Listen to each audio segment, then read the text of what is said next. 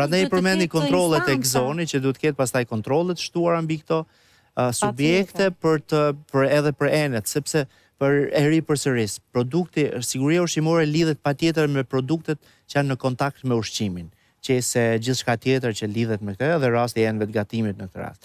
Kështu që një kontroll i shtuar në fakt ndaj subjekteve për enet që përdorin është absolutisht i rëndësishëm.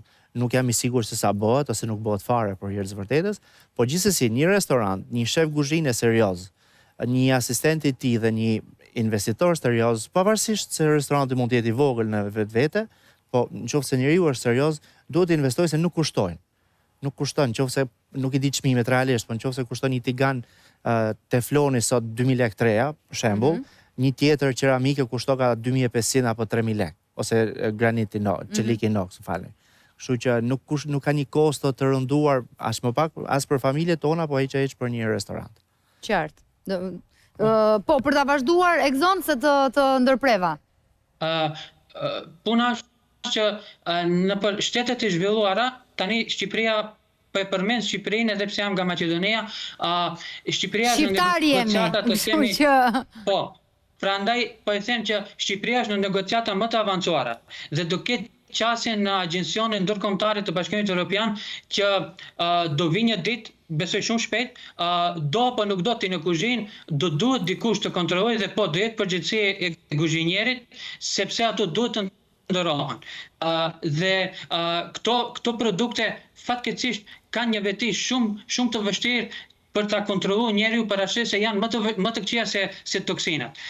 Mikroplastika pra ka një veti që është bioakumulimi dhe nëse njeriu merr parafërsisht 500 copa mikroplastike në ditë, mendoni se ato trupi apo organizmi i njeriu nuk i njeh dhe nuk i përpunon në aspektin metabolik dhe ato kanë për veti të mblidhen në trup. Pra është më mirë të themi, po marr një shembull. Kjo është një drast për prerjen e mishit apo të themi sallatave të ndryshme. Kjo nuk bën, duhet të ndrohet, për arsye se është nga plastika dhe është nga polietileni dhe është e gërvishtur. Pra një kuzhinier duhet vetë ta shohë këtë dhe ta ndryshojë. Pavarësisht se pronarit mund mos të interesoj, sepse është puna e tij serioze që vlen dhe këtu tani nëse kjo është e gërvishtur, 3 apo 4 herë më shumë do merr plastik një njeri. Posaçërisht për shembull varet edhe të themi mishi që pritet. Nuk është njëjtë të presësh mish pule dhe të presësh peshk. Peshku ka për veti që 3 herë më shumë të absorboj mikroplastikën se sa mishi i pulës.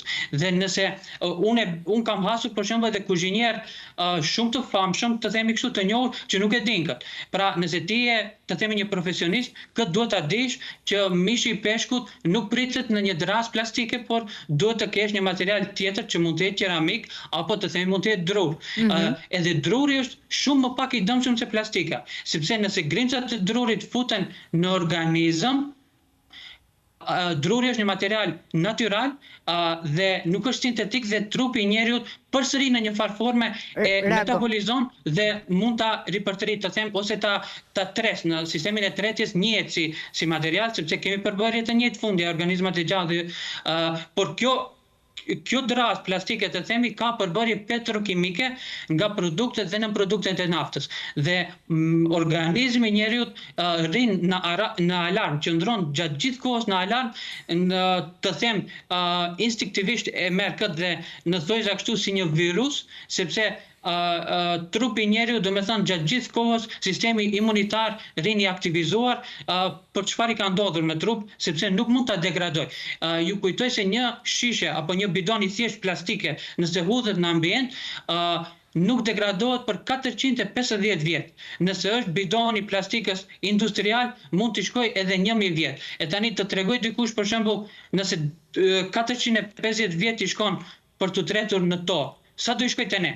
Do jetë shumë më keq, sepse edhe të organizmat e gjallë të tjerë, të kafshët, bëjnë probleme këto gjëra dhe unë kështu e them, jo rastësisht ne shqiptarët, së paku në Maqedoni e kemi zakon kur bëjnë shtëpi në shishe plastike futin një flamur shqiptar dhe futin në themelet e shtëpisë. Pse? Sepse i shkon deri në 1000 vjet që të ruhet dhe të tregon rënjët e një familje. Pra, mendojeni këtë në trupin e njerëzit, është krejt e kundërta. Okej, ju e përdorni në shumë interesante një gjë e tillë. Futet aty për të ruajtur në themelet por sa është patriotike nga njëra anë kjo, sa e dëmshme është pastaj nga ana tjetër për trupin e njeriut, por cilat janë pasojat dhe a mund mbas sa kohësh mund t'i kuptojmë në trupin tonë dhe cilat janë konkretisht? Po, pasojat varen nga njeriu në njeri, të themi, së fundmi, studimi fundit i vitit 2025, besoj 2 muajt e fundit, vetëm 8 vitet e fundit, sasia mikroplastikës që është gjendur në tru është rritur me 50%.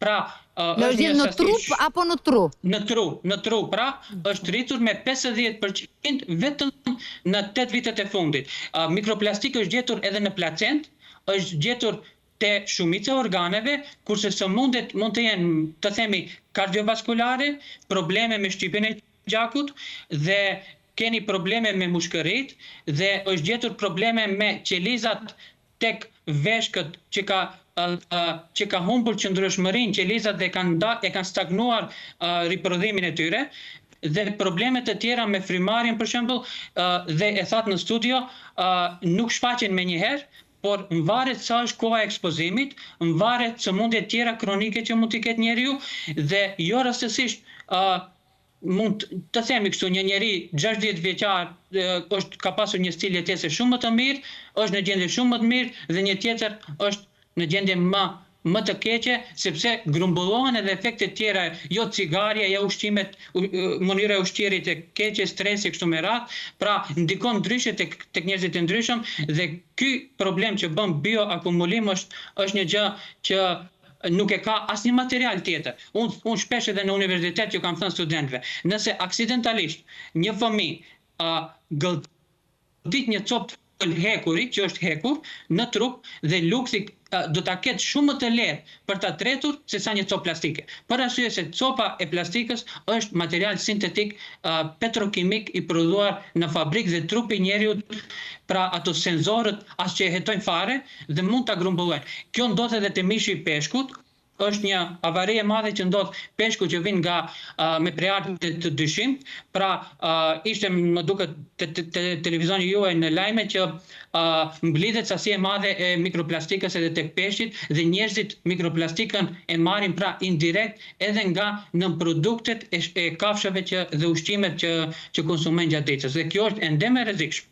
Ne mendojmë që po ushqehemi mirë, po marrim po konsumojmë peshk, por në fakt jemi duke i bërë dëm trupit ton.